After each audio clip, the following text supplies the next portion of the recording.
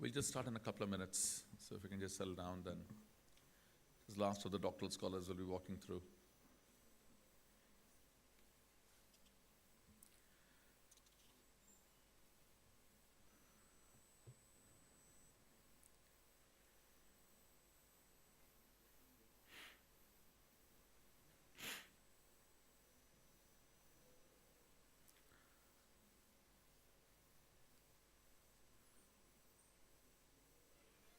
Maybe start.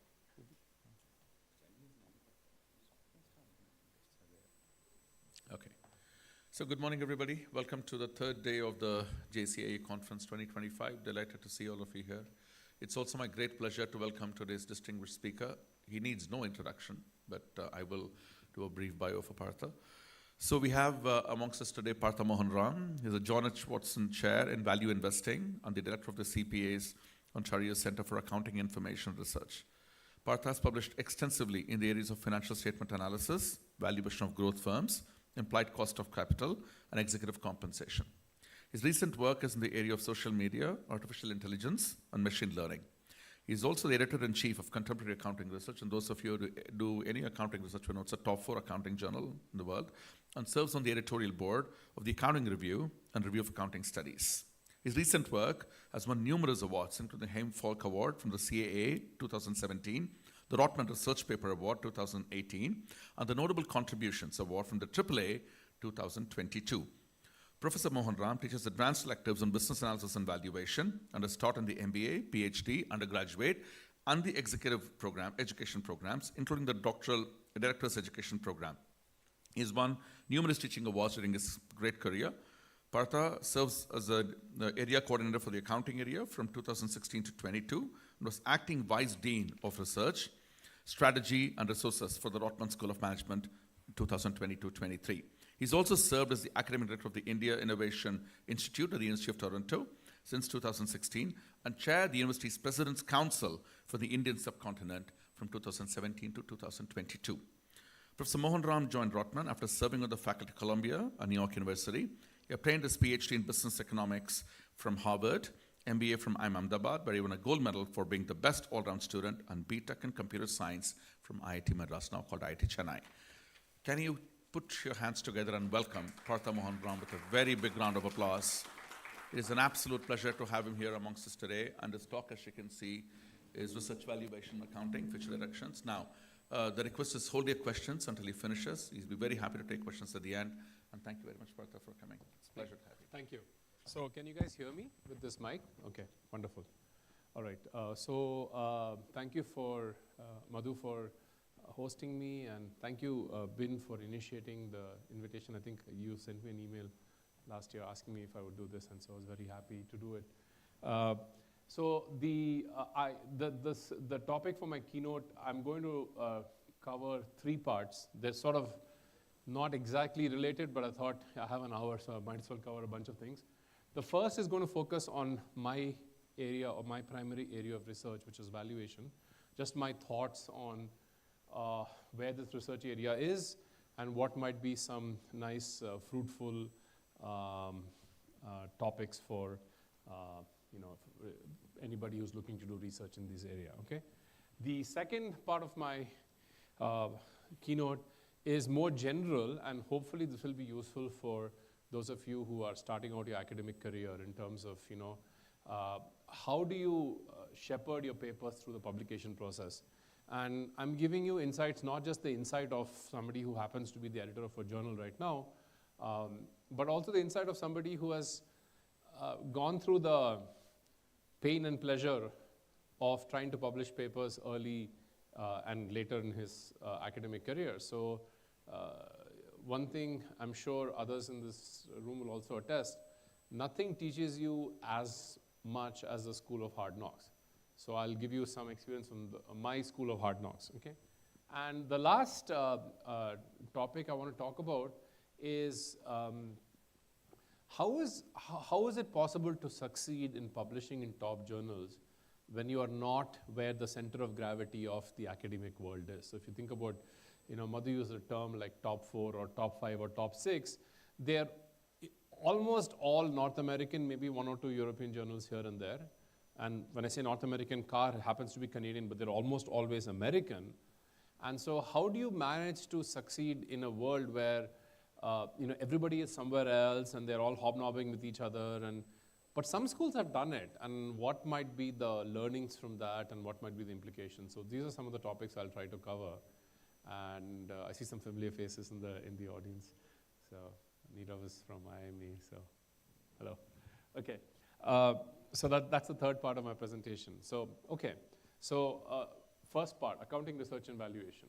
So firstly, I just want to talk a little bit about how I ended up becoming a valuation researcher. So my PhD was at Harvard, and my advisor was Krishna Palepu, and at that time in the mid-1990s, Krishna Palepu was all about voluntary disclosure and stuff. So that was what my thesis was on. And the reason why you guys have never heard of my thesis is because it never got published. So I sent it to a few journals. In fact, the second rejection was from my now close colleague, Gord Richardson, who rejected my paper, and I still give him a hard time about it. It was a very nice rejection letter, but rejection letter nonetheless. Anyway, so how did I get into valuation? The simple answer is serendipity. Okay, so let me tell you what are the factors which led me to kind of work in this area. The first was 1999 was the time of the tech boom, and I joined academia in 1998. And so Eli Bartov and Eli Bartov is a senior professor at NYU, somebody with whom I have a number of papers. He and I, along with NYU PhD student called Chandra Sitamaraju, who graduated from NYU, went to WashU, and now is richer than everybody in this room because he's like working for a hedge fund in the Bay Area or whatever. So I should say combined. Anyway, so that's how I started working on that side of it, like valuation of growth stocks and all. But the other thing is implied cost of capital. Jim Olson was my colleague at NYU, and he was working on this new model on implied cost of capital, which was this Olson and Juttner model or something. And my colleague, Dan Gode, he basically came to me and said, Partha, you want to work on this? And I was at the stage where, like, my thesis had just got rejected, and nothing else was happening early in my career, and I was happy to work on anything. So I ended up working on this thing, and so it's funny when people say, this guy's an expert in implied cost of capital. It just happened. If Dan had gone down the road to somebody else's room, that person would probably be in front of you right now. I don't know, so, okay. And the other thing is just my teaching. My teaching happened to be on FSA, financial statement analysis, and you're talking to somebody who has almost zero accounting background. So, and it's not that I, had like I did a few accounting classes, I suppose, in my MBA, IMA, but not really an accountant by any stretch of imagination, right? So, but I had to teach FSA, so you require knowledge of financial statements and all those kinds of things. And so very often my teaching also has had a big carryover into my research. And so all of that also played a role in me becoming a valuation researcher. So for example, I wrote this paper on applying growth, financial statement analysis to growth stocks, which is published in Review of Accounting Studies in 2005. And that was just literally, to a large extent, motivated by and driven by my teaching. Okay, so to this day, I still have papers on valuation of tech firms, implied cost of capital, as well as sort of this FSA-oriented research. So that's how I sort of became and have remained a valuation researcher. Okay, so I'm just going to give you some general points about this discussion, this first part, right? So I'll focus on valuation research and where I see opportunities for future research. So I'm going to be very forward-looking. I think whenever you ask somebody who's been in the profession for like 25 years, it's always talking about the golden days and how like everything is, I don't want to sound like that famous patent officer who made a statement in 1890 that everything which has ever been invented has already been invented. It's all like downhill from here, because it's certainly not the case, right? Knowledge is always exponential, so it's not like mining something with a scarce resource just running out. Okay. Also, I'll try to identify whenever possible interdisciplinary research areas, one thing you will not hear from me is, and this is a question which always bothers me when people ask this in seminars, where somebody will be presenting a paper which is quite interesting, and maybe the link to accounting is tangential, and this is like, and they'll ask this question as, where is the accounting? And like, why should you voluntarily proscribe people in our profession from asking interesting questions just because you don't think it's accounting enough? Not every one of us has to write papers on the value relevance of SFAS 1XX. You know, some people are good at that, but some people might want to do something which is a little more linked with finance or strategy or whatever the case might be. So to me, if you're using financial statements, that's accounting enough for me. Okay? And obviously, I'm not saying that this is an exhaustive look at the research or the literature. This is affected by the kind of work I have done. So this is that my bias is built into this. Okay. Okay, so the first thing is, I think research and valuation, and to some extent people have done that, but it's important to look beyond equity. So because traditionally the focus has always been on equity. You know, the firm level earnings and stock returns at some level has always played a role, either as a dependent variable or independent variable in much of this research, right? So I think it's important to move beyond equity, and people are looking beyond equity. So for example, people have started looking at, debt research used to be the sort of mostly in finance, but there's a lot of debt research in accounting. So in fact, as an editor at CAR, I need to have at least two, editor-in-chief in CAR, I need to have two editors who focus on debt markets because I get a lot of submissions in that. So an example of a paper, early paper is Bojraj and Swaminathan had a paper on the accrual anomaly in bond markets. And Maria Correa, I think it was her thesis maybe, had a paper on value investing in credit markets. Again, this was like a very, very traditional valuation kind of questions, but applied to the debt markets. People can look at options. So Matt Lyle, who's one of our PhD students from Toronto, who's now on the faculty of Emory, so his job market paper was essentially looking, in the early version of the paper, it was looking at information quality and option returns, but then he changed it to looking at, does the option-like nature of a firm affect the role of information quality?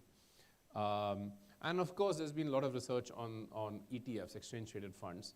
So like the paper by Charles Lee and his co-authors, paper by Suresh Nalareddy and his co-authors, Gloston et al.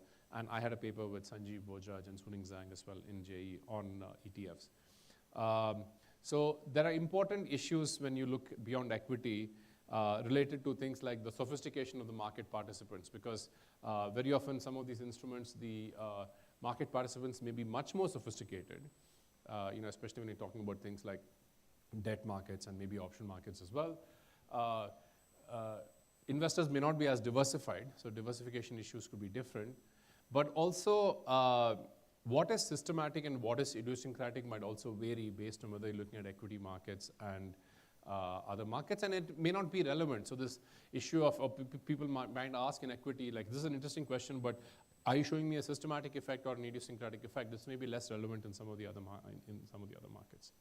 Okay, so the second point I want to make is the importance of the aggregate. And again, this is an area of research which is growing in importance. So traditionally, people have always looked at the firm as a level of analysis, but in the last, I would say 15 years or so, there has been a big increase in papers looking at aggregate numbers. So to start with, so for example, and firstly, they've shown that the behavior of aggregate accounting numbers can be very different from what you see in terms of firm level. So for example, the accrual anomaly that Sloan shows at the firm level in 1995, that is, if you have high accruals, you're more likely to have negative returns in the future. It's exactly opposite if you look at the aggregate. Like, you know, if you look at, if the economy as a whole has high accruals, the return the following year is actually higher as opposed to lower, right? And similarly, Bernard and Thomas, who show the post-earnings announcement drift, Kothari et al. Show something completely opposite in the aggregate in their 2006 paper. Now, it doesn't necessarily mean that, you know, when you show something opposite that you're negating the firm level results, because these are very, very different results, right? So for example, in the accrual anomaly at the firm level is a cross-sectional result, right? The high accrual firms are the ones which are relatively going to do badly because they're probably boosting their earnings up. The low accrual firms are probably going to do well because their earnings might have actually been depressed, and so there will be some reversal in the future and so on. The aggregate is a time series effect. Like, if the economy as a whole is having high accruals, it probably means it's an expansionary period, and you're going to see a strong return the following period and so on and so forth, right? So that's one thing to keep in mind. The reason I mention this is, in this particular case, and I cover these papers in my PhD seminar, Kothari et al., who are very much in this sort of super market efficient paradigm, used their time series result to question the cross-sectional result, saying that, see, this is not working, so therefore the cross-sectional result in that paper is also suspect, which I think is a complete nonsense argument. But I just want to mention this is my view on this. Okay. Accounting numbers, basically the point is they can be very informative in the aggregate, even if they mean different things. So the rise in ETFs is also a reflection of this. Okay. So just to talk a little bit about this, there's been a lot of research now on accounting and macroeconomics. So for example, the importance of accounting information for macroeconomic forecasting and the importance of macroeconomic information for accounting forecasting. So what do I mean by that? What this means is, if you are interested in forecasting GDP, you should care about aggregate accounting numbers. And also, if you are trying to forecast the numbers for a given firm, you should care about what's going to happen to the GDP as a whole. So both these things matter. So for example, I'll just give you an example. I'm just Conchichi and Patatukas, they're both at Berkeley. They've basically made a career successfully of playing in this space. And they've published a lot of very influential papers on, they published a paper in 2014 in JCAE about accounting earnings and GDP, and they also used around the same time using financial statement analysis for macro forecasting. There's a paper by Abdallah and Karabias in 2022 where they look at aggregate special items. That is, if everybody is taking restructuring charges, what does it mean? So if one given firm is taking restructuring charges, you can argue that it's probably could be earnings management or something like that. But if everybody else is taking restructuring charges, it probably means something bad is going to happen in the economy, or it's likely a sign of trouble and stuff, and that's what these guys show in their paper as well. Okay, so can we improve our forecasting models with macroeconomic data? So for example, the cross-sectional forecasts that are used in ICC models and stuff, right? They just use firm level data. So could that be improved if you include macroeconomic data? That could be something to look at. Of course, all of this is now thrown into this big bucket where in the whole issue of forecasting, people have just completely moved to AI and ML. So there is really no limit to the number of parameters or the number of data inputs that you can throw into your forecasting models. Okay. So I'll talk a little bit now about risk and mispricing, another area where I have done a little bit of work. So valuation research, and talking about valuation research, research on fundamental analysis and so on and so forth, right? It fundamentally questions market efficiency, right? Because you're essentially showing what could be perceived as trading rules. So if you look at my, so this is just, this is something which for those of a couple of you who are going to be in my Chennai presentation day after tomorrow, you might see this. I'm presenting a different presentation to more of a practitioner crowd at the Bala Balachandran Memorial Lecture put forward by Great Lakes in Chennai on 9th. So I'll talk a little bit about this G-score strategy of mine, which has apparently done extremely well. I don't know because I haven't invested in it, but others have. And so, but in some success of a strategy like that is probably or can be viewed as a repudiation of market efficiency. Right? But the thing is, in the publication process, we've had to literally jump through hoops, and rightfully so, to show that in effect, is probably mispricing. So you got to look at things like, firstly, use the most state-of-the-art asset pricing test as of now and show an alpha with respect to that. See how consistent the returns are. See if the returns vary based on the state of the economy, the timing of bad returns. And do rigorous asset pricing tests, the Daniel and Titman tests of characteristics versus covariances and all that stuff. So I had to do all that, So, however, this is somebody who's published a lot of mispricing research, right? I do a very thorough job of trying to rule out risk. But when it comes to risk, right, some people, and obviously some people have eminence and they have Nobel Prize to their name and stuff, All they can do is just say, okay, I want to add one more risk factor. So it's like everything cannot be a risk factor unless your name starts with F. You know what I mean? So the analogy I say is, one of the most historical anomalies is that India is the birthplace of Buddhism. And Buddhism doesn't really exist, except for a few neo-Buddhists who converted with Ambedkar in the 40s or 50s. But Buddhism is a dead religion in India. The reason it's a dead religion is not because it died, but because it got absorbed. We just made Buddha the 10th avatar of Vishnu. So Pharma and French do the same thing with any new factor. They have a space. They'll say, you know what, 4-factor model. Okay, I'll put your thing and I'll make it a 5-factor model. 5-factor model. Okay. We have one more space. We can go up to. We can have a Dashavatara of risk factors. So I've got space for even 4 more. So if you notice, the factors have been growing. Just as so, I think we are up to probably Parashurama right now, and then Rama and Krishna have to come soon. So as far as the Pharma French models, I think we're up to 5 or 6 right now. So anyway, so we need to have a more flexible and less dogmatic view, right? So firstly, I'm not saying markets are efficient or inefficient. I think the way to think of it is, there's a Grossman and Stiglitz paper on adaptive efficiency, which is that markets can be inefficient.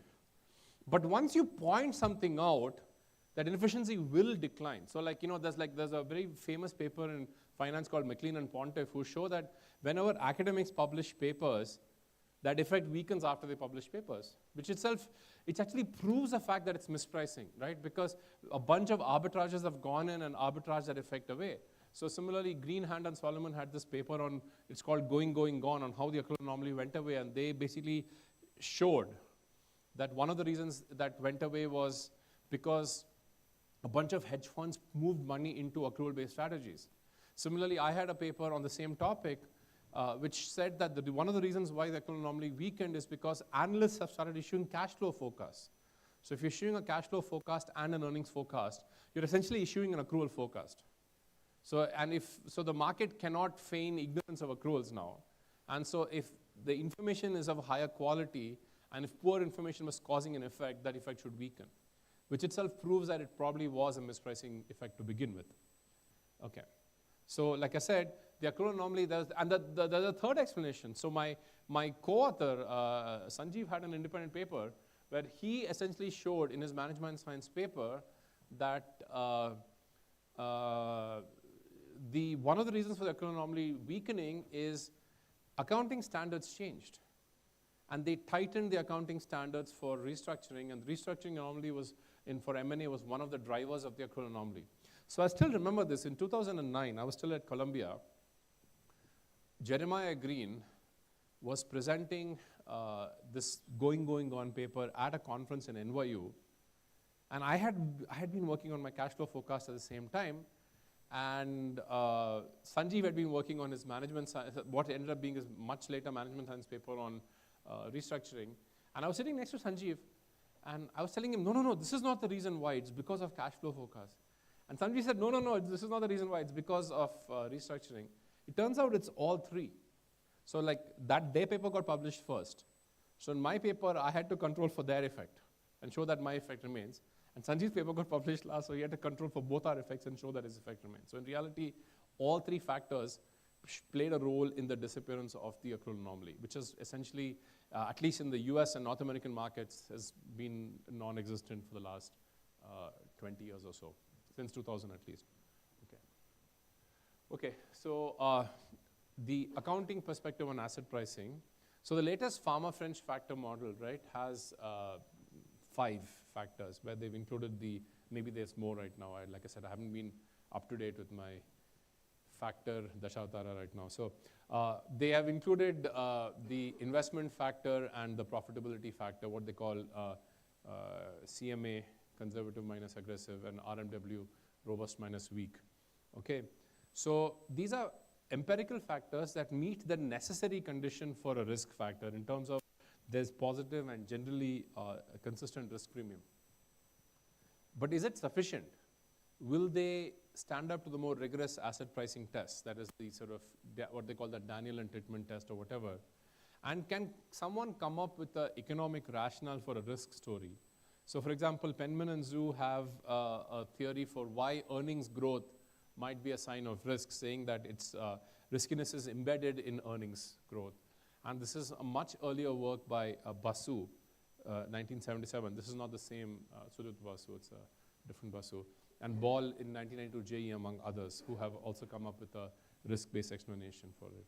Okay, so this is a general complaint I have, right? Accountants, we are like price takers. We just blindly, if the finance guy says go do it, we'll say, oh, yeah, finance la pandra, so we should also do it. Like, you know, this is the gold standard and stuff. And I think that's not a right approach. Like, you know, so for example, Easley and O'Hara had this extremely influential paper on PIN, saying that PIN is a measure of information risk and that's something that, you know, is priced and stuff. And Lambert, Lloyds, and Verrecchia in 2007 had a JAR paper where they theoretically show that, you know, this doesn't have to be the case. It can be the case, it doesn't have to be the case. But I had a paper with your, I guess Shiva was a keynote a couple of days ago, right? So Shiva and I had a paper in JE where we did this empirically. This is my first pure finance paper, like, you know, in terms of it's published in JE. In fact, the reason it's published in JE is we sent it to a finance journal, and they didn't want to publish a paper which will offend Easley and O'Hara. Like, you know, like if you try to write a paper which offends Pharma and French also, you probably have a better audience in an accounting journal than a finance journal. It's like, you know, anyway. So the general point is we should like be smart enough and confident enough to do our own things, especially because finance people, when they deal with accounting numbers in their research, they are so cavalier with it. They'll define ROA as net income divided by assets, which is completely wrong because you have a levered number in the numerator and an unlevered number in the denominator. You should be using like NOPAT divided by assets and stuff, right? So small things like that, right? So anyway, so I'll talk about now about my other big sort of area of research, which is the measurement of cost of capital. Is there a timer or something? I forgot to bring my phone here. So is there a clock anywhere or? Okay. So we have like half an hour. Oh, okay, plenty of time. Okay, no, I want to make sure there's enough time for Q&A and stuff. Oh, it's 9:30. Oh, I see. There is a timer here. Okay, I forgot to see that. Okay, measurement of cost of capital. Okay, so many people question the implied cost of capital model. So, for example, Easton and Monahan had this paper in 2005 where they said that, you know, these models don't really line up well with either future returns or risk factors, and therefore this whole ICC paradigm is wrong. And you know, either the models are noisy or the forecasts are bad. Now, I actually had a paper published in CAR in 2013, sorry, in RAST in 2013, where we show that if you adjust the forecast bias, you know that analysts, think about implied cost of capital, right? What is it? You have price on the left-hand side and you have forecast on the right-hand side, which is supposed to be markets forecast, and you're inferring like an IRR out of it and calling that implied cost of capital. The problem is you're assuming that analyst forecasts are market forecasts. But if the market knows an analyst is biased, the market will be applying some sort of a discount or a haircut to his forecast or her forecast. So what I do in that paper is I adjust for predictable bias and show that if you do that, the performance of these ICC models increases very, very significantly. Similarly, I have a paper on cross-sectional forecasting, Lee and Mohanram, where we use these accounting-based cross-sectional models and show that these cross-sectional forecasts also do an extremely good job where they generate unbiased measures of expected risk, which both correlate well with risk factors as well as with future expected returns. Future realized returns, I'm sorry. Okay. Now, the interesting thing is implied cost of capital is one thing where the directionality is the other way. You will find a lot of finance papers using the ICC right now. In many papers in JF and JFE, they're using ICC. For example, Lee, Ng, and Swaminathan created aggregate ICC as a measure of market sentiment. Okay, so in some sense, if you look at the Baker and Wurgler and some of the other papers, it's very intuitive, but it's an extremely ad hoc. Like it's literally like Baker and Wurgler got together and said, hey, what are good measures of sentiment? Let's just put them together and see if it works.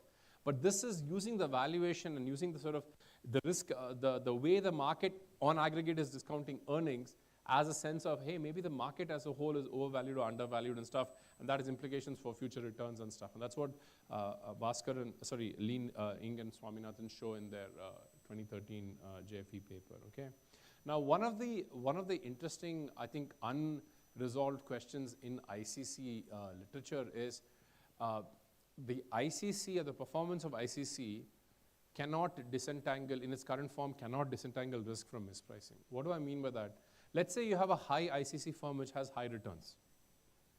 The risk channel is, it's your high ICC firm, therefore you have high risk, therefore you have high returns.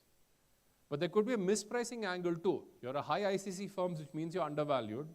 The market realizes you're undervalued, it fixes the valuation, and you have high returns. So the two of them are observationally equivalent, and so it's difficult to disentangle. So if you can figure out some way of separating out the mispricing element in ICC, you'll probably be creating an even better measure of expected returns. So in some sense, if you look at some of these Easton and Monahan, where they try to look at this cash flow news and discount rate news and all, that's an attempt to do that, but I think it can be done in a more comprehensive manner. Okay, so I'm now going to talk about some areas of how ignored areas can often be a fruitful opportunity to do research. And this is just based on my own experience, okay? So the way we deal with any problem areas is we avoid them. So what do I mean by that? So for example, if you're doing fundamental analysis, people will say, oh, fundamental analysis, oh, that's not going to work for growth firms, because growth firms, it's very early stage. You don't know what the fundamentals are. Your current fundamentals cannot have any implications for the future. That's generally been the conventional wisdom.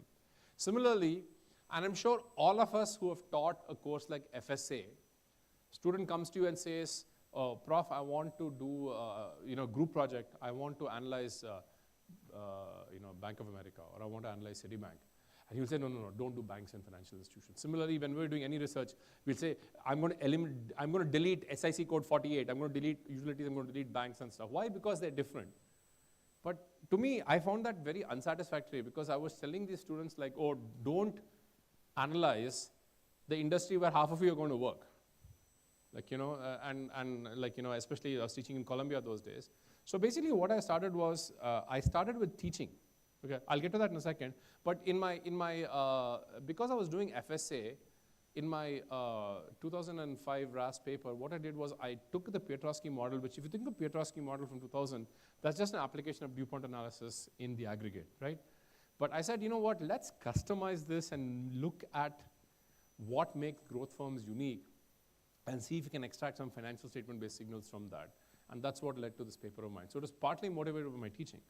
The next paper of mine was totally motivated by my teaching. So for example, in 2008, I started spending one class where I said, you know what, I would tell students, students will say, why can't I look at banks?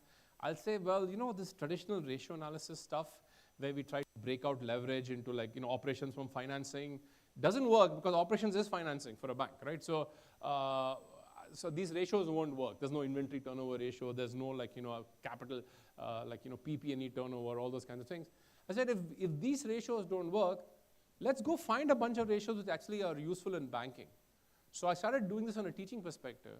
And then when I moved to Toronto, my colleague Dushyant, who has a strong interest in banking, he said, hey, you know what, maybe we should look at this from a research perspective. So that paper of mine led to this paper where we came up with a sort of financial statement-based sort of trading strategy for firms and financial institutions, right? And so we, again, tried to look at bank ratios related to profitability and risk and growth and so on. And what we showed that in banking, people focus a lot on ROE, but if they don't look at the sort of drivers of ROE, you can sort of get much better performance when you actually do that. Okay. Another ignored area is tax. And tax and valuation to me is a very important area. So the people, research indicates that even sophisticated users ignore or make naive assumptions about tax rates. Like, do investors consider the tax efficiency of the firms they're investing in? And this is especially the case because if you think about what analysts, if you think about your analyst, somebody who's like working for a firm who's, and the analyst's job is driving the valuation of the firm in some sense, right? They spend lots of time and effort about like, Apple is going to sell 6.3 million iPhones this month, 2.6 million iPads this month, all that very, very super detailed. But at the end of it, they'll say, okay, this is operating profit, tax rate 40%, boom, net income. So I don't know if they've applied the level of sophistication at the last step, which is actually very, very important because nobody has seen a pre-tax income in their life. What you end up holding, is the post-tax sort of flow, right? So I think it's important to consider tax, and also tax has important implications for things like, public policy. So for example, there's a paper by, I'm giving you examples of how accountants have actually broadened tax research. So there's a paper by Khan, Nalareddy, and Ruan, where these guys essentially, and this is a management science paper, what they show in the paper is high US tax rates. So if you look at the US, obviously this was changed in the first Trump administration. US traditionally had the highest corporate tax rates in the sort of G20 or whatever it is, which resulted in lots of these US corporations keeping their money in foreign subsidiaries abroad. So what these guys argued was, so in the US from like 2000 to 2015 or whenever this paper was written, while corporate profits were extremely strong, GDP growth was not strong.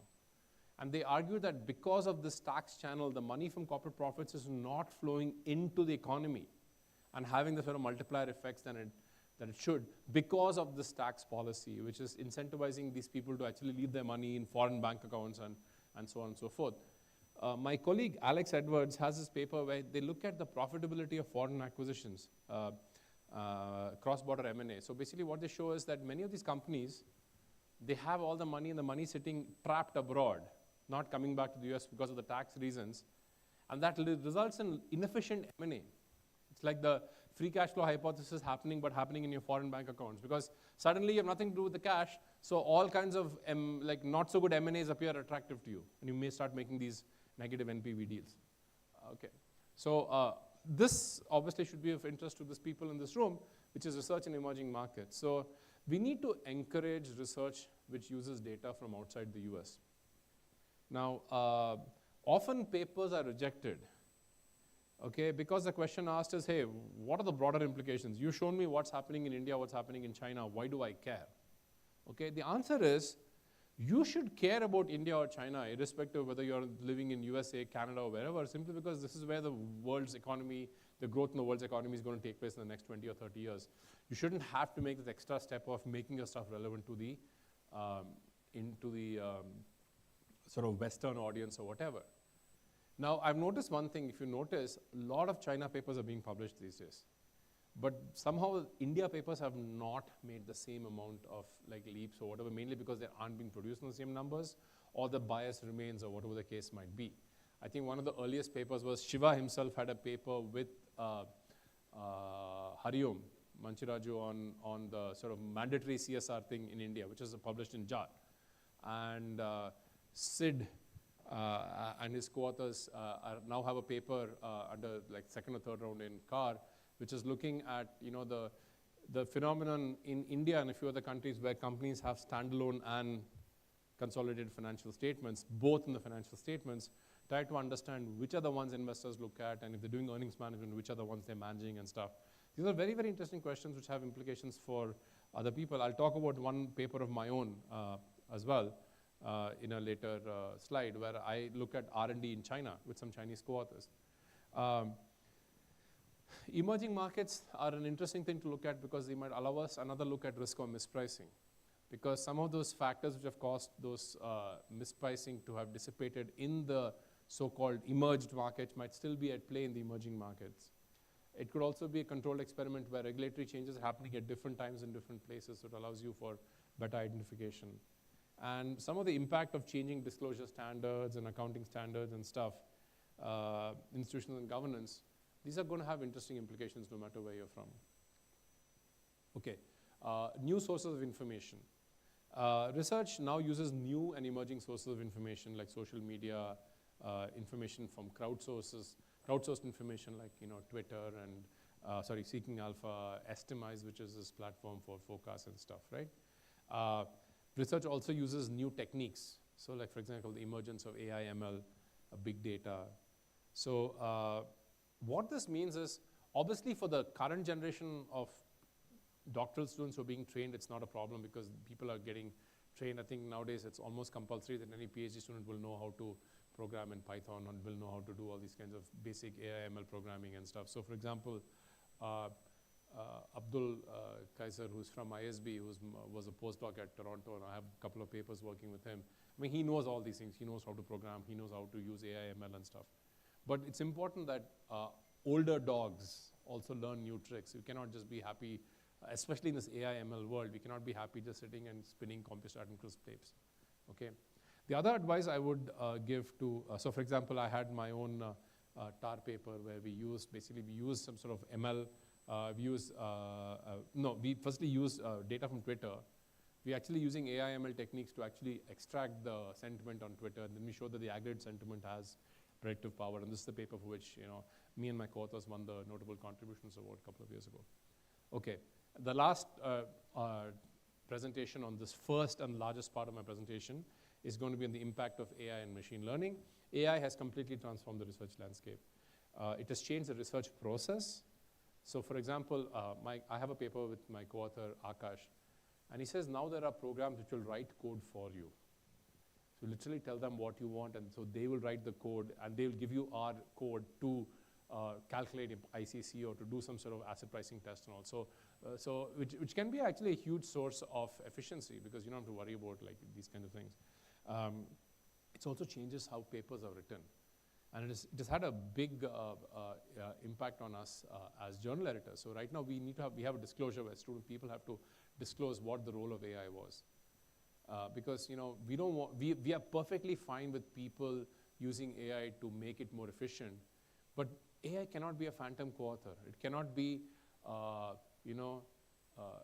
Venkatraman, Srinidhi, and ChatGPT cannot be the three co-authors of a paper. Like, you know what I mean? So it has to be, you can disclose that ChatGPT, because you know what, you can disclose that you use ChatGPT to help with it. ChatGPT at all, exactly, okay?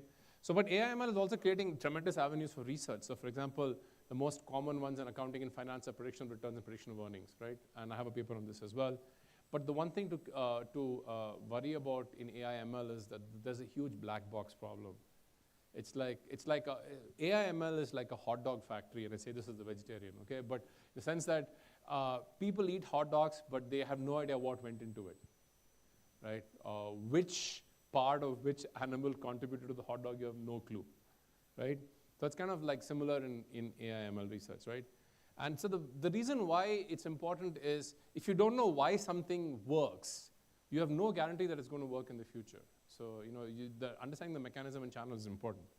Okay, so this is just a sort of look at my own valuation work in process. So this paper of mine on machine learning and earnings forecasting, we just resubmitted it to TAR. Took us a long time, but hopefully, for the sake of my co-authors, frankly, I don't care, but we hope that our paper gets accepted soon.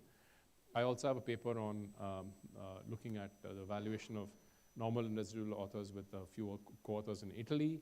And I have two papers, one on investor engagement on earnings calls, evidence from social media investor comments, and a paper on Robinhood investing where Abdul from ISB is one of my co-authors. So these are all papers which are in different stages. Now, one thing is, just because you're a journal editor doesn't mean you have to deal with, it's all smooth sailing. A couple of these papers just got rejected in the last few months, and so I have to figure out how to recast them and so on and so forth. So only thing is the stakes are far lower now once you're a senior person and you have tenure, you don't really care as much, but you care for the sake of your junior co-authors, so that's why it's important. Okay, one of my last points before I move on to the second part of my presentation is I think it's important to encourage interdisciplinary work. So both work within accounting and across accounting in other disciplines. So broader the definition, so what this means is we should broaden the definition of what we consider top tier publications, read papers, and so this one of the things which really, really bothers me is I'm the editor of a top journal in terms of an FT50, but they'll say it's not a top 3. as though, for any of you who published papers in Accounting Review and CAR or RAST, the publication process was not easier in any way. The editorial board or the editors in CAR and RAST are in no way of lower level of eminence or success or whatever the case might be. But it's like we've created this caste system unnecessarily in my system, in my thing. I think people should just read papers and not worry too much about the top 3 or top 5. Journals need to be open towards big picture ideas, different methodologies and approaches. So at CAR, we have a reputation of being one of the most open journals. So we publish, qualitative research, we publish field research, we publish obviously experimental research, all these kinds of things, right? Things like, and obviously areas like tax and audit, which other journals have been little less open to, we publish a lot there as well. So we need to also encourage junior people to work on big picture ideas. Obviously, I wouldn't say all you should do is swing for fences, but you should occasionally swing for fences as well. And you need to be dogmatic, stop being dogmatic about this, why is this accounting, a point I've already made, okay? Minor point, search for the truth versus turf protection. Very often, as academics, right, we are very sensitive about our work, and if somebody writes a paper which says that the paper you published 10 years ago is wrong, we get all upset about it. So for example, this risk versus mispricing, or this Basu model or whatever, conservatism, people will say that, no, I remember Sloan published a paper where he was presenting at like a Harvard conference where he was trying to show that the Basu model is driven by this abandonment option. That is a big part of it. And I still remember a bunch of people who were not Basu, but other people who were very much in this sort of Rochester kind of worldview, they all jumped in. It's like the empire striking back, so the way I look at it is we need to be truth seekers. Like if I've written a paper 10 years ago, which somebody says is wrong, I would like to know, because I would like a better paper or a better model or whatever the case might be. Advice to junior empiricists, double check your work, especially if you're doing empirical work and it's going to be methodological, because it will be replicated and it better replicate. We've had enough scandals in accounting where people's work has been, whether it's because of error or fraud or whatever the case might be. So what this means is make sure that you understand all the tests in the paper. Remember, if your name is in the co-author, you cannot say, I didn't run these tests, he ran those tests, I only did this. Your name is in the paper, so you ran every test. That's all that matters, okay? Share your code freely and your data whenever possible. This is an advice for the more senior people. Stay relevant. Don't be a person who makes PowerPoint presentation of papers other people have done the work on, okay, or done the empirical work on. So this last paper of mine, I did very little empirical work, but I've been doing empirical work till 2-3 years ago. So as a result, when this Akash and Bingshu did a test and they came back with some coefficients, I said, this is wrong. I bet you have not done this, you have not Winsorized returns and all. There's no way this can be right. And sure enough, that's exactly what the problem was. Reason is because I have my hand for the data, because I've been doing this coding, and I have a computer science background, so coding is not difficult for me. I mean, I don't know the latest stuff. I haven't done anything in R. I just do stuff in SAS and Stata, and I haven't done any AI ML stuff, but I'm sure I can pick it up. My undergraduate thesis was in neural networks all those years ago. So anyway, pay attention to details. So for example, very often people will present a regression where they'll show a t-stat of 1.98 on their variable of interest in the right sign. But all the control variable signs will be all over the place or insignificant. So that means you have a really shitty regression, pardon my French, okay? It means that if every other variable is either insignificant in the wrong direction, your model is badly specified, and it means nothing to me that your variable is working properly, okay? And I hate it whenever I ask any question in a seminar, and the person will say, I did a fixed effect, so that's okay. Like, fixed effect doesn't really solve anything. Fixed effect adjusts for the mean level of a variable, it affects for the intercept thing, but it doesn't necessarily affect for the slope part, okay? So don't use that as an answer. And the last point I want to make is, don't hide behind unnecessary sophistication, okay? It's like, if somebody does a super sophisticated, like, hidden latent variable Markov chain analysis and stuff, I think the reason they're doing it is because OLS didn't work, okay? So not because it's the right thing to do, okay? That's the way I look at it, okay? So let me now move to the second part of my presentation. I think I have about 20 minutes more. Okay, how to shepherd your papers through the publication process. If you want, we'll take a short break now because I have 3 sort of distinct presentations. So if anybody wants to ask any question on the valuation part of the paper, I think it's better if I ask, throw it open now, and then in 5 minutes I'll start up with the second part of my presentation. So anybody has any questions? Or I can go straight through whatever people want. Yes, hi Samir.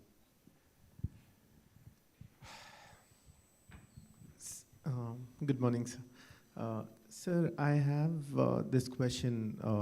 So when you're doing India-specific data, suppose on emerging economies, Right. a common pushback is on generalizability of results.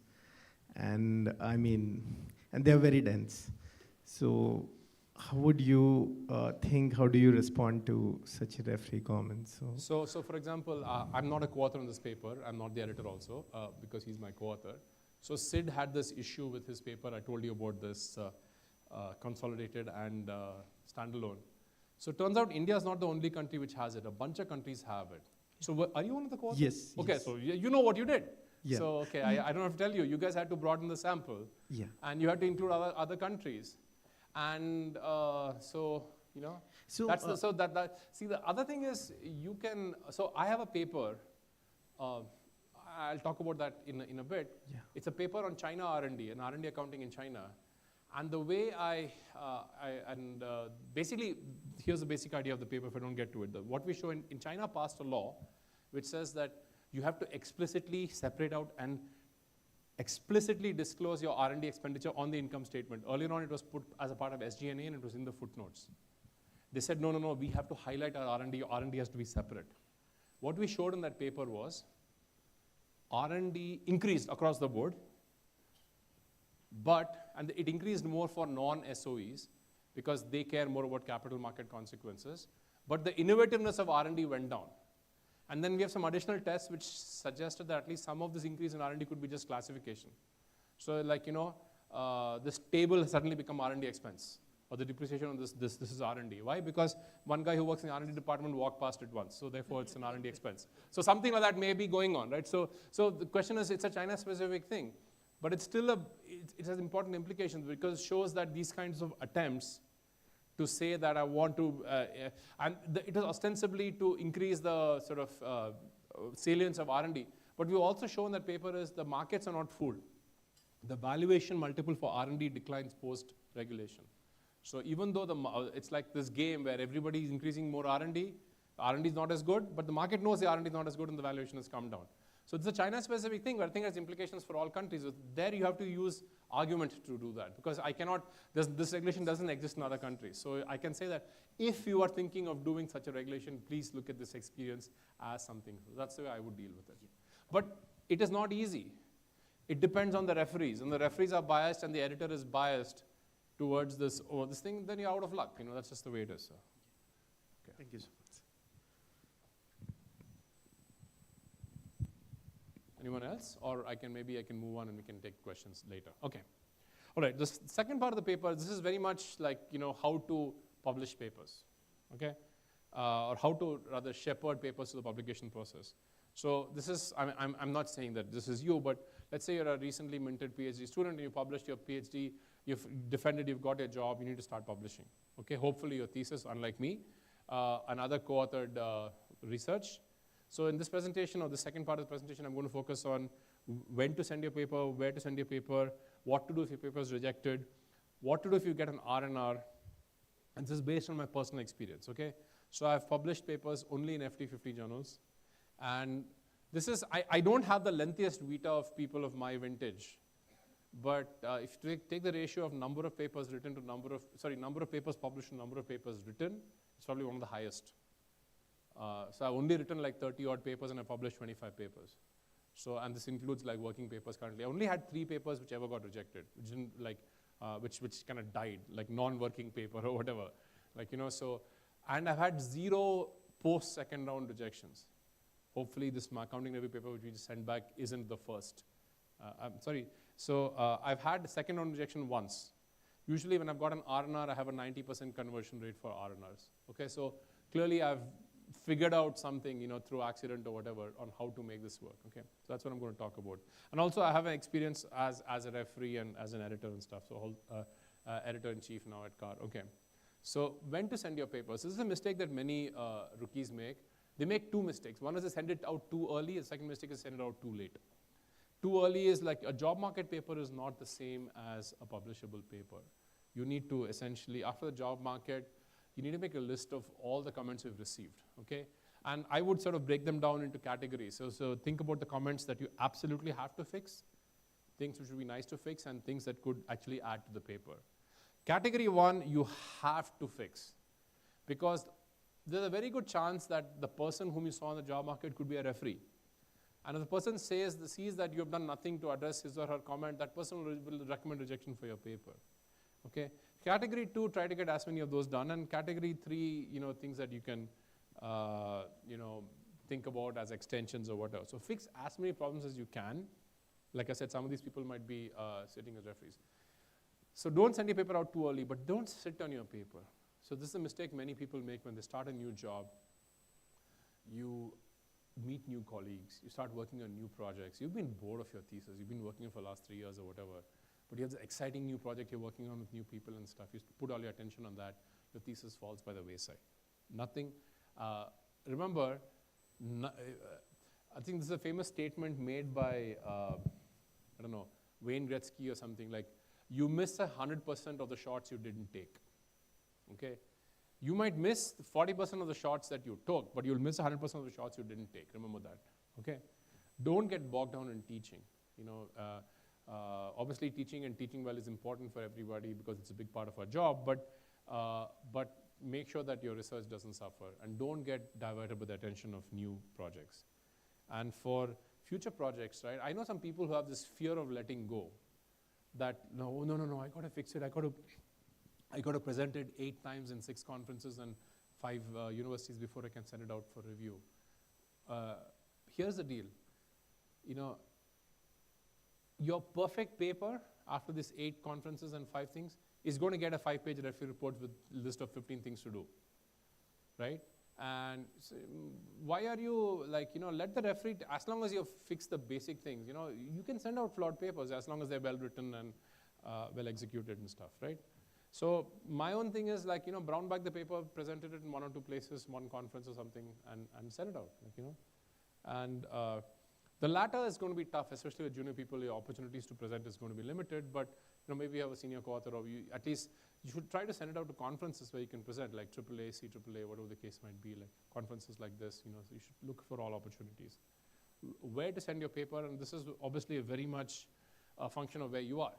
Some schools have a very prescribed list that we only consider top 3, in which case you send it to the top 3 and hope for the best. Or in some cases, it's like a broader list, like they'll include like CAR and RAST and OS, and some places might have a broader list. So you have to remember what you're being evaluated on and act accordingly, okay, and talk to your advisors and your new colleagues, and also ask about if anybody has any input on whether this paper fits into the theme of this journal or not. Is the journal well known to be clubbish or elitist, in which case are you just wasting 6 months and $750 or whatever the case might be to submitting it there?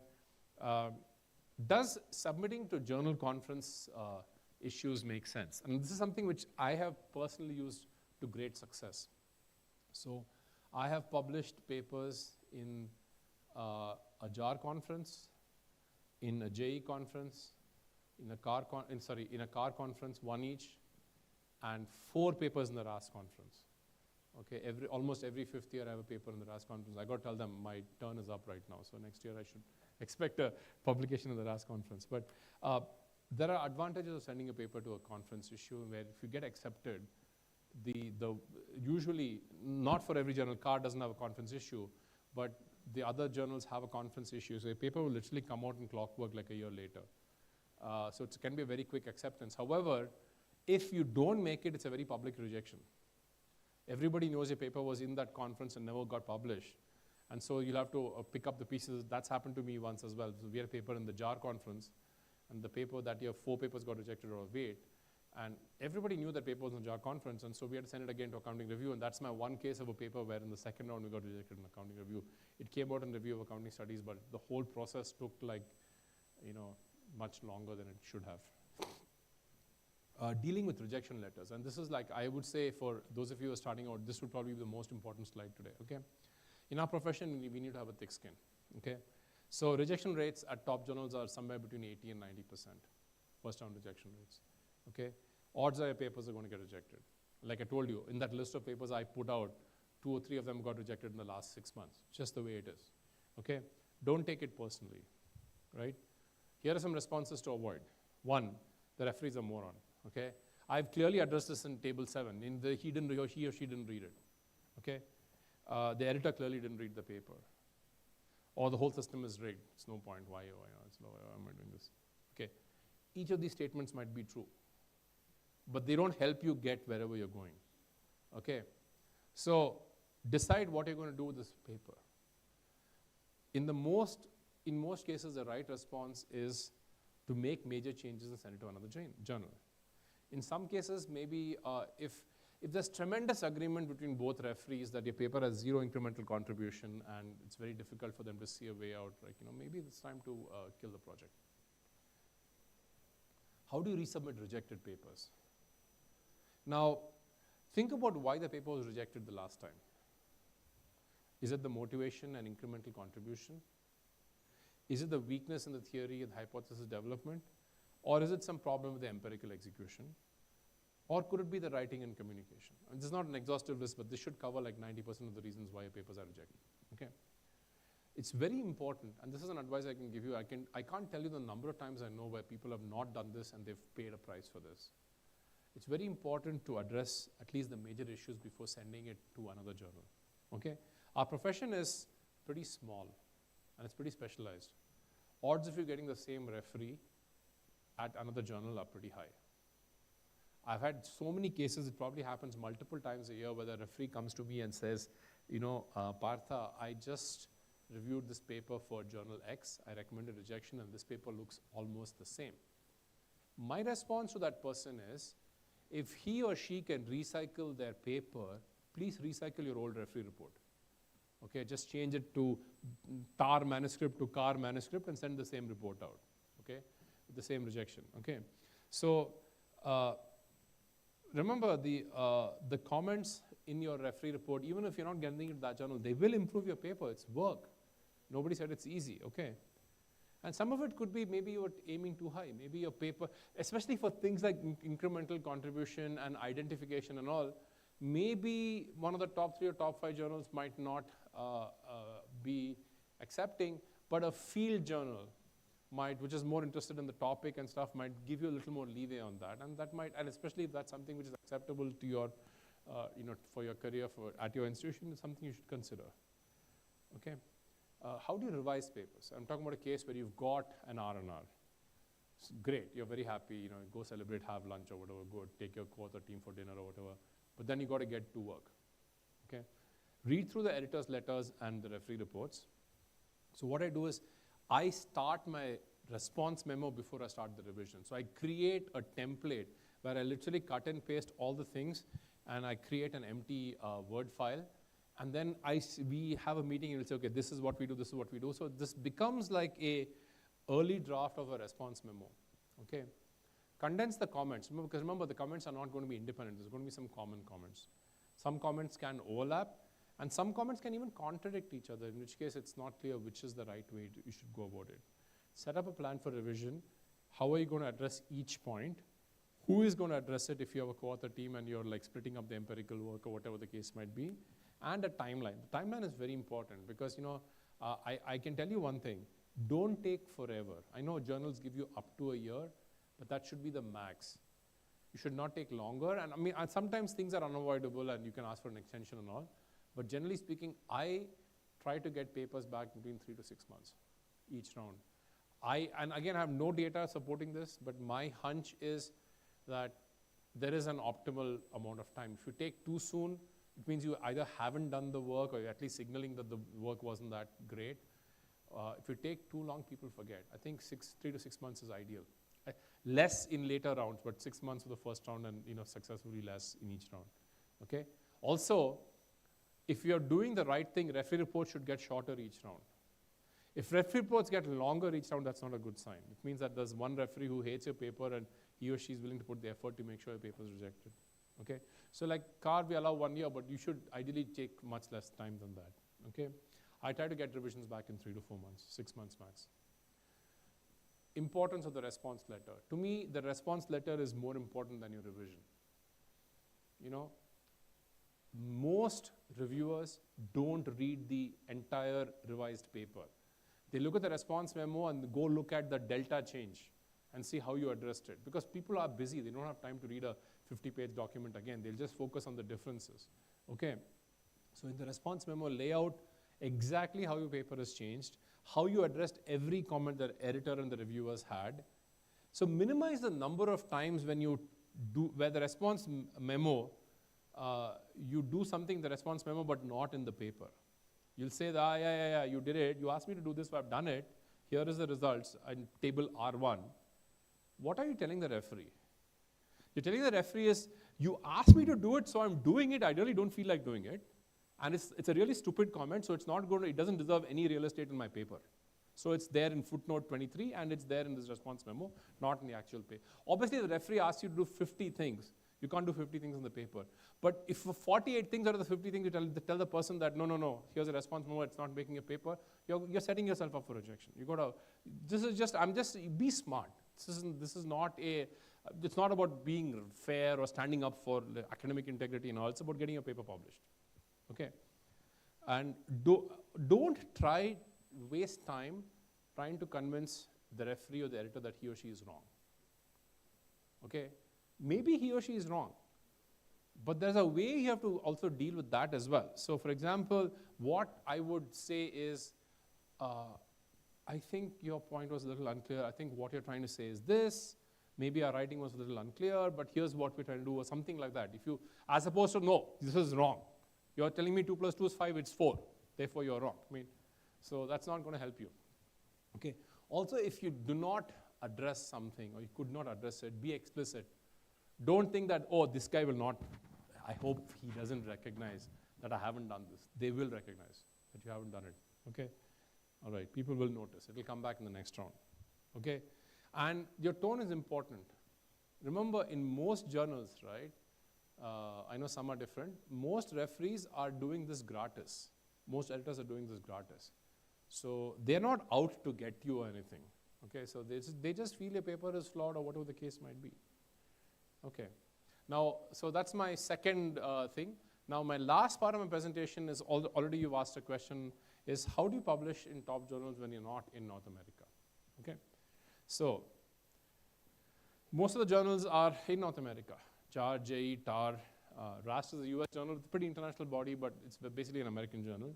CAR is Canadian, but our editors are all over the world, but the editor-in-chief, it's published by the Canadian Accounting Association. AOS is a European journal, right? So North American journals have a clear definition of what constitutes good research, and with an emphasis on strong theoretical development and empirical execution.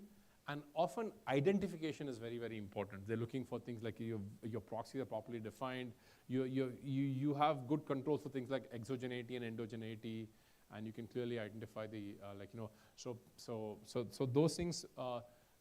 People sometimes, when their papers get rejected, instead of saying that, no, it got rejected because people are biased against research from this part of the world, make sure that you don't suffer from these kinds of things because the standards are different,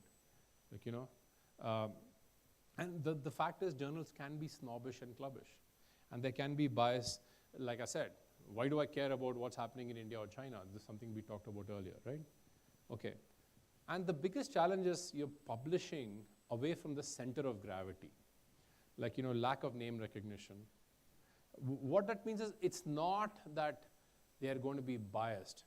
It's like they may not spend the extra effort or time to find the right referee for you or the right editor for you, and so the process itself, you kind of get stacked against you, right? Also, you may not have access to the, but even in the writing of papers, you may not have access to the same data and computing resources that some of your peers in North American universities might have. You may not have the same amount of funding. Certainly funding to travel for international conferences and events might be a little constrained. You certainly will not have the same amount of networking opportunities to meet people, because very often these things are extremely important. I remember I haven't attended in a while. I used to go to the AAA meeting, and I used to go not to attend the sessions, hardly any sessions. I would go to, and I've gone to eat masala dosa with ramen someplace in LA or something like that. So just to meet with other people and sort of talk and all those kinds of things, very important, right? And you don't have the same opportunities when you're not in this area. But as I'll show in my next slide, there are some places which have succeeded. So here is the BYU rankings for financial accounting, archival financial accounting, okay? Look at who's number 1. Singapore Management University, SMU. And look at some other names. Look at the number of Hong Kong schools in this top list. I'm happy to see that University of Toronto is there. It's number 6 or whatever. It's fallen. We were number 1. We are number 1 if you look at the last 12 years. Problem is we haven't hired in 6 years, and we've all become older. And as you become older, you have to do admin stuff and all. You don't have the same research productivity. But anyway, so if you look at the rankings, right, dominated by US schools. A couple of Canadian schools. I think maybe UBC is there, but certainly U of T is there. But the top school is SMU, and a bunch of Hong Kong schools in the top, right? How did these guys manage to swim against the tide, and how can their success be replicated? Okay, why did these schools succeed? Here's the picture, okay? I don't know if it's true or not. I haven't done any detailed empirical analysis. They have a very strong research culture. I know this because I've spent a couple of weeks at SMU. They're very research oriented. They have light teaching loads on par with US schools. They have good amount of research funding. They have access to resources and databases and stuff. They have hired PhDs from all the top US programs. They've hired senior faculty. So for example, SMU, they hired Kiang and his wife Shia, who are both PhDs from Wisconsin and Chicago, who are in the faculty, I think at UBC and later on somewhere, I forget where, but somewhere in a good school in the US. And they both came back, and they were the anchors of this thing, and then they hired a bunch of people from good schools and stuff. So, and they've also organized lots of events. So for example, what you're doing right now, SMU has hosted the RAST conference. Another school I should mention, which is not on that list, is Bocconi. Bocconi has hosted the RAST conference, and next year, for the first time, Bocconi is going to host the CAR conference. The first time the CAR conference is leaving Canada, it's going to be in Bocconi in Milan, okay? And they've also had lots of visiting professors from the top schools. So all of that has also helped sort of germinate this whole research culture in those places. How do you publish from afar? Now, by the way, we get a lot of papers from authors in China who are publishing on stuff which have nothing to do with Chinese data. So for example, this year, and actually I'll talk about a slide later on, 2 out of the 6 papers in the CAR conference happened to be from co-authors in NUS. And neither of those papers had any Asian data. They were just using US data. The researchers just happened to be there. So like I said, the people can be anywhere because access to data is universal. Or if it's not universal, you just have one co-author who's in that place, so you have access to that data, right? But I think you should have a prudent mix of local and international. Like I said, you can add lots of value, because what do you have? You have local institutional knowledge, and if you can make that part of your research, that's when you can add to the whole thing, right? The other thing is form co-authoring relationship. Just because you are in India or you're in China or you're in Singapore doesn't mean that you can't interact with or co-author with papers. So why did Hariom work on papers with Shiva? Shiva was not even an ISB. I don't think Shiva is taught at ISB, but Shiva attends ISB conference regularly. Probably met Hariom there, and they started talking, and that led to a research project. So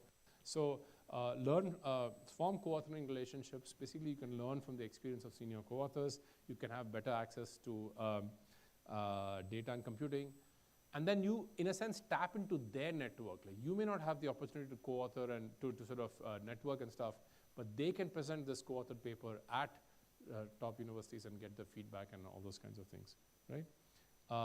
So like I said, in the 2024 CAR conference, we had these 2 papers. The first paper was about abortion rights. It's a Roe v. Wade, and how the declaring abortion rights affected mobility of women employees and their willingness to work in certain areas and so on.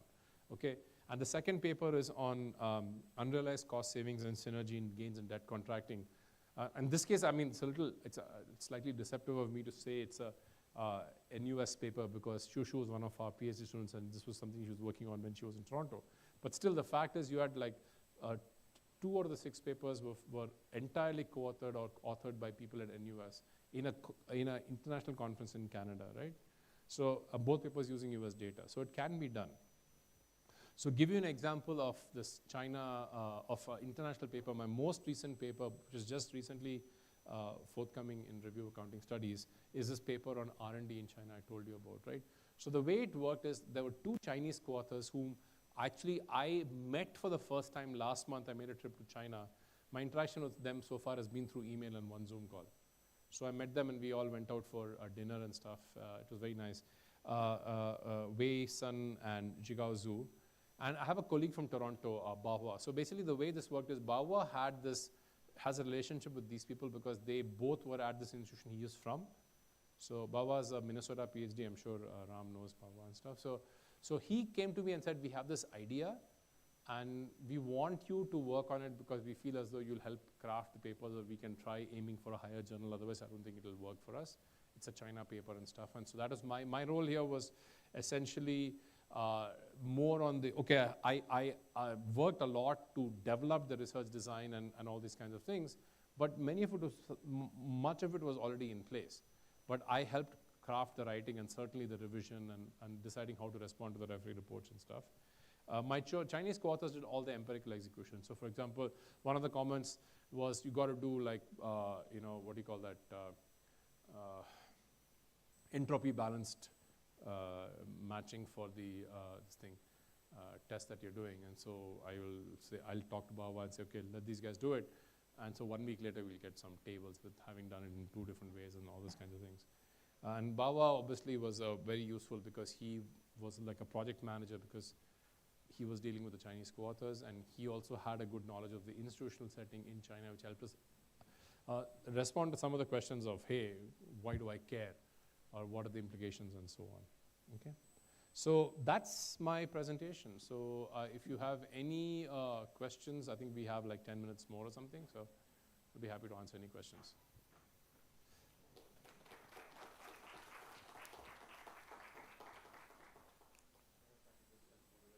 Yeah, okay. So thanks very much, Partha. Any questions for Partha? There's a roving microphones will come to you. We can take 2 or 3 questions. Yeah. So I wanted to highlight one point which you made.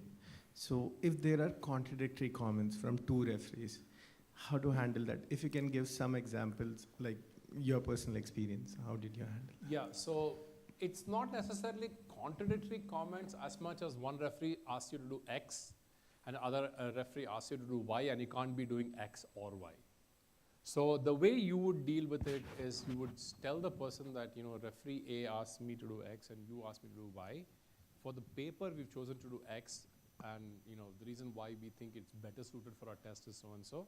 However, we also done Y and as you can see, the results are robust to that and I've incorporated that in either in the response memo or in the paper or something like that.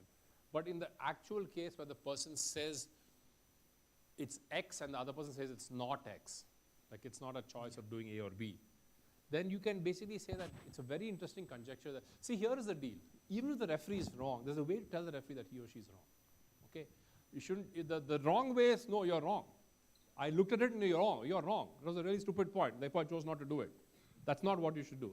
The way you should do it is, it's a very interesting conjecture. Interestingly, the other referee had the opposite conjecture, so it's, as you can see, it's a very open thing. So we looked into it further, and as it turns out that the other guy is right. I mean, or whatever, something to the effect. But ex ante, so there are ways so that's one way to deal with this particular instance, if that's what happens, right? Okay. Thank you so much.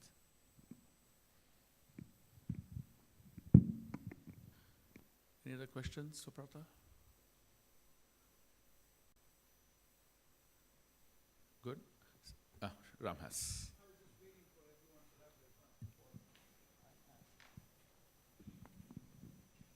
So, Partha, you've had a long experience doing challenging topics. I always considered, valuation to be a challenging topic to publish because you run into what you talked about. It has to be a risk factor kind of thing, right?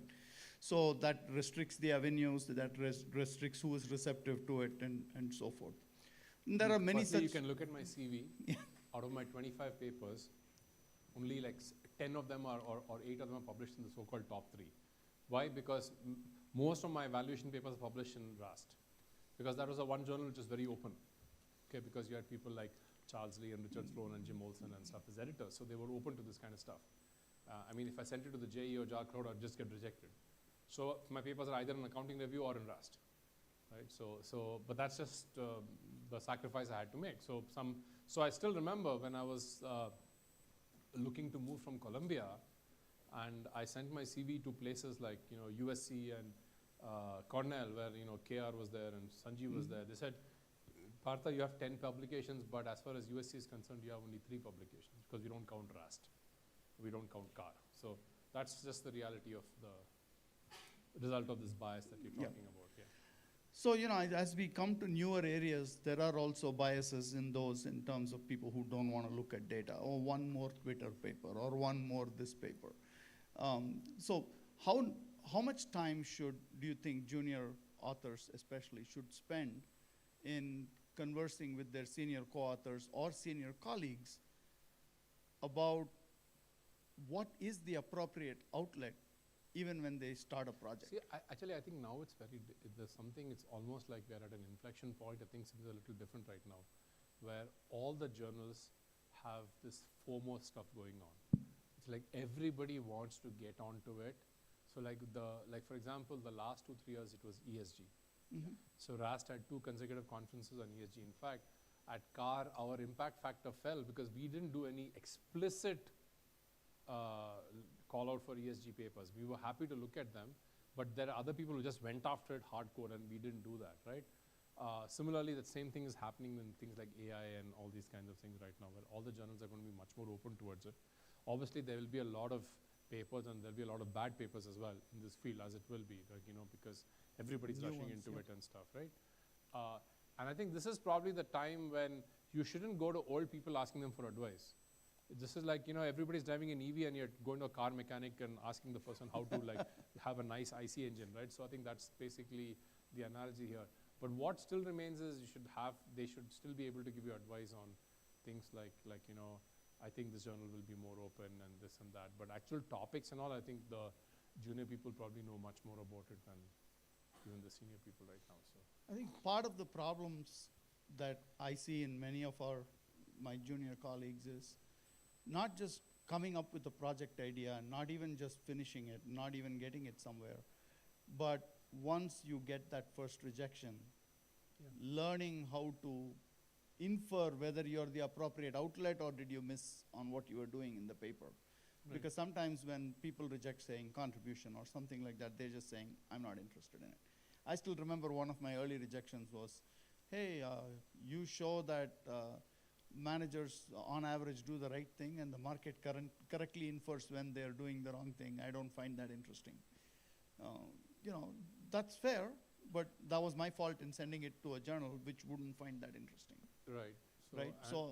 And some of it could also be your fault in how you wrote it, right? Yeah. So for example, maybe that's true on average, but there'll be some off-diagonal elements where the real interest lies.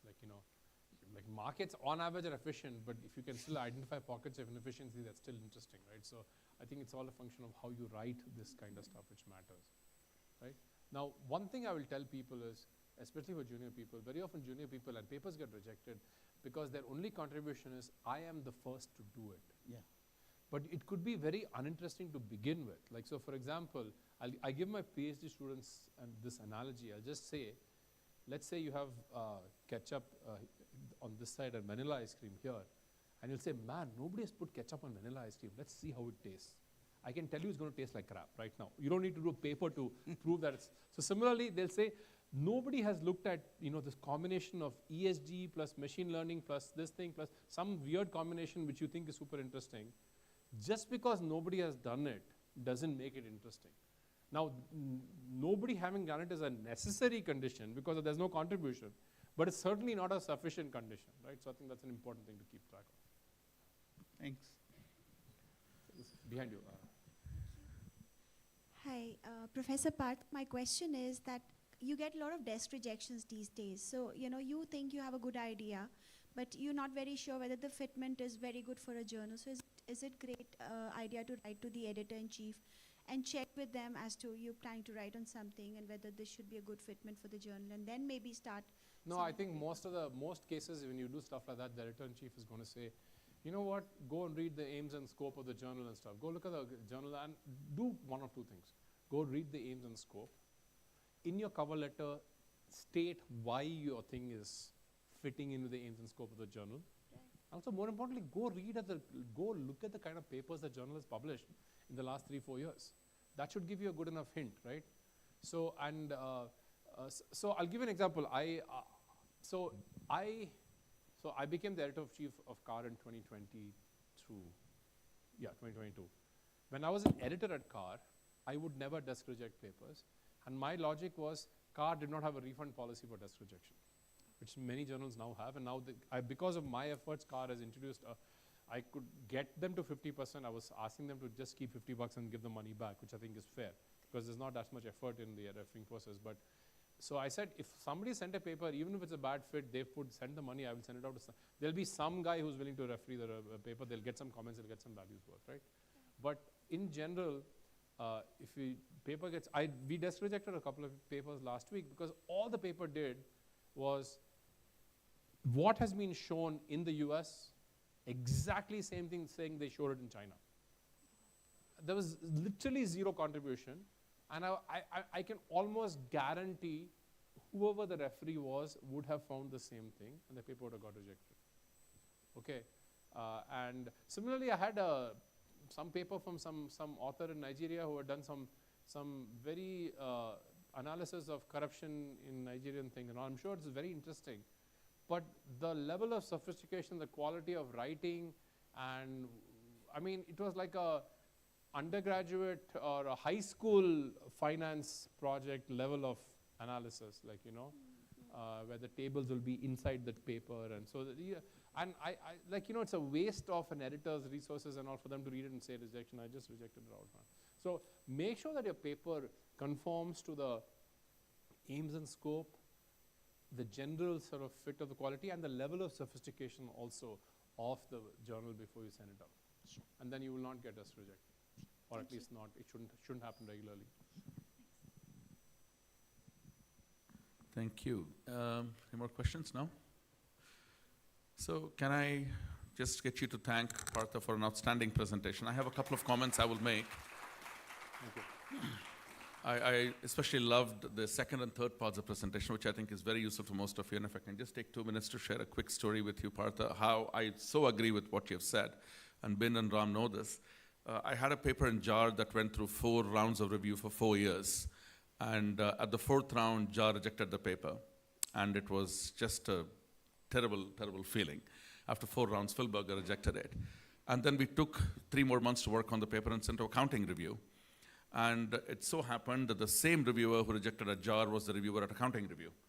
And Lawrence Van Lent was handling it. He said, "Dear Professor Veeraraghavan, I have the same reviewer. Now please decide whether you want me to assign the paper to him or would you like a new referee?" We said, "No, we want the same referee." So the same referee gave another 3 pages of comments after 4 years of continuous review in JAR. And the TAR editor said, "We don't do this in TAR, but we'll give you a single round revision. If you can satisfy this reviewer, the same reviewer who's reviewed a paper in 1 round, the paper is in, or at the end of 11 months, I'll end the line for your paper." So, of course, we got the paper in TAR last year, but it took same reviewer. And that's why when you said, when you get revisions in top journals or wherever, you just don't submit the paper without, you know, addressing the comments. And the comments, we had addressed everything, but it was so happened there was one comment that was in the manuscript the reviewer had written, which apparently we did not address. And that was the end at JAR, but it went to TAR. So all I'm trying to tell you is how I so agree with all of the comments that Partha had put together there.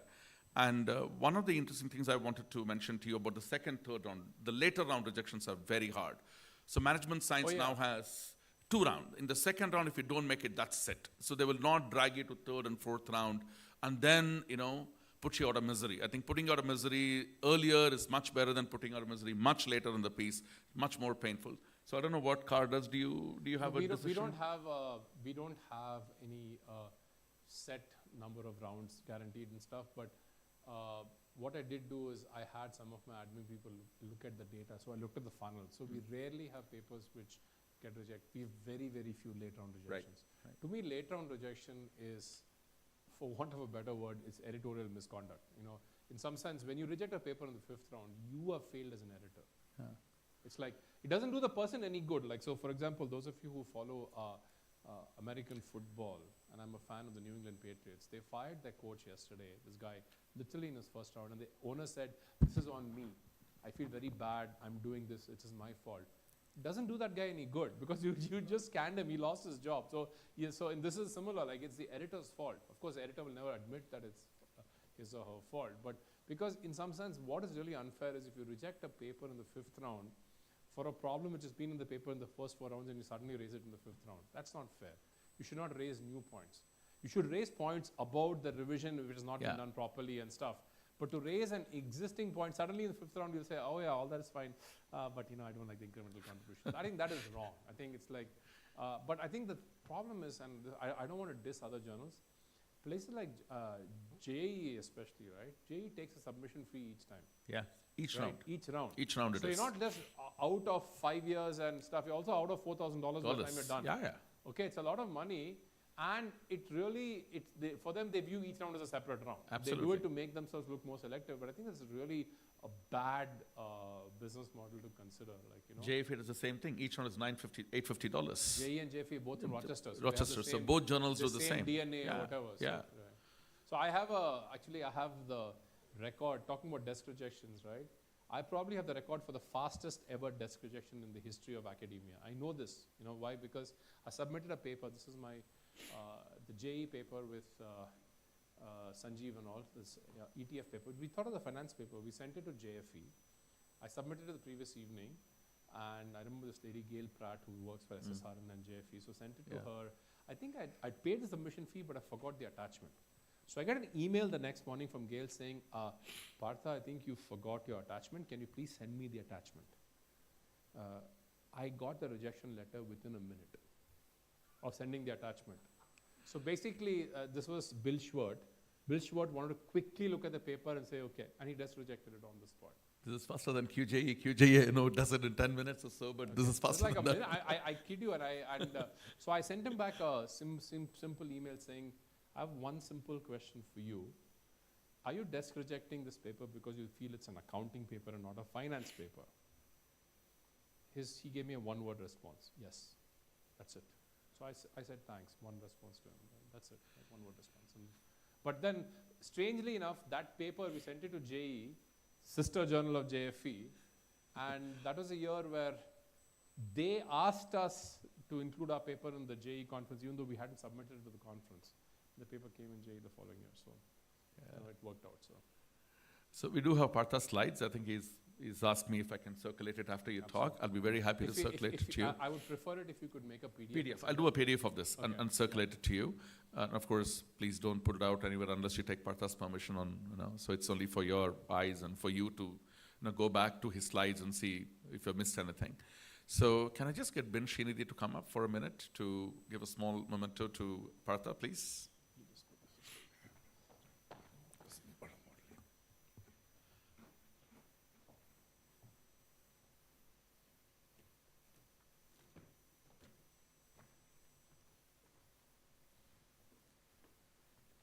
If you can just join me, putting your hands together. Thank you for the outstanding performance. It's such a pleasure to have you. So what's the plan now, Abhi? So Abhi will take over from here. Thank you. Thank you, Professor Partha. So the next set of presentations, the concurrent sessions, will be done in the TAPME building, which is just adjacent to this building. The volunteers will guide you there. There are 3 concurrent sessions which will run parallelly in classrooms 101, 102, and 201. The detailed schedule is there online on the website. You can check it, the updated one. Okay. Since we have 3 key guests, each of the guests can go to one of the rooms so that all the participants can get appropriate feedbacks. Thank you.